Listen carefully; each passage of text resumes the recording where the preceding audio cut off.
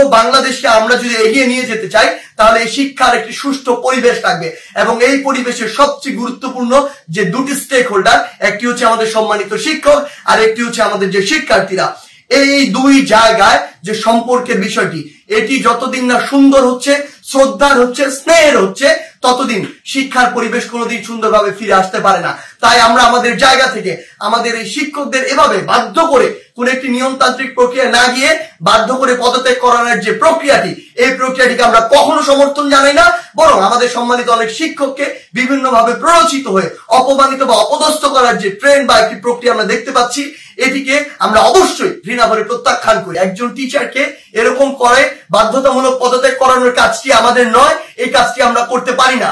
এই কাজটি কেন করতে পারি না? কারণ হয়তো আপনি একজন শিক্ষককে এটি করালেন, কিন্তু এর প্রভাব পুরো বাংলাদেশের শিক্ষক সমাজে পড়েছে। আমার তো স্কুলে, ওই প্রাইমারি স্কুলের, কিন্ডারগার্টেনের, হাই স্কুলের এমন অসংখ্য শিক্ষক রয়েছে যাদেরকে আমি অনেক বেশি শ্রদ্ধা করি, যারা আমার জীবনের শিক্ষা গুরু, যাদের হাত দিয়ে আমি আজকে এই অবস্থায় এসেছি।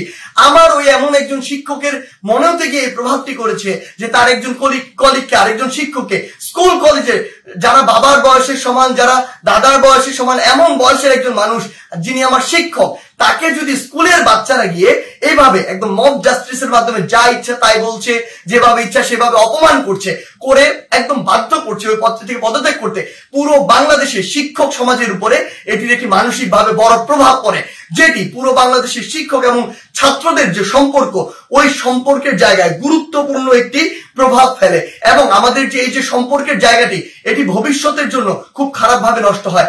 আমরা আমাদের শিক্ষার পরিবেশ নিয়ে কথা বলি, সেখানে যদি আমার শিক্ষক এবং শিক্ষার্থীদের যে এই পরিবেশটি ঠিক না থাকে, এই সম্পর্কটি যদি একটি তিক্ততার পর্যায়ে চলে যায়, তাহলে আলটিমেটলি এটি কিভাবে সম্ভব? আলটিমেটলি এই শিক্ষার উন্নয়নটি কিভাবে সম্ভব? সবচেয়ে বড় কথা হচ্ছে, ওই শিক্ষক যদি দোষী হয় তাহলে আমরা আইন নিজের হাতে তুলে নিচ্ছি, আর যদি দোষী না হয় তাহলে আমরা আইনটি ভঙ্গ করছি, যার কোনটি আসলে আমরা করতে পারি না। যেটি করছি এটি হচ্ছে আইনগতভাবে অন্যায়।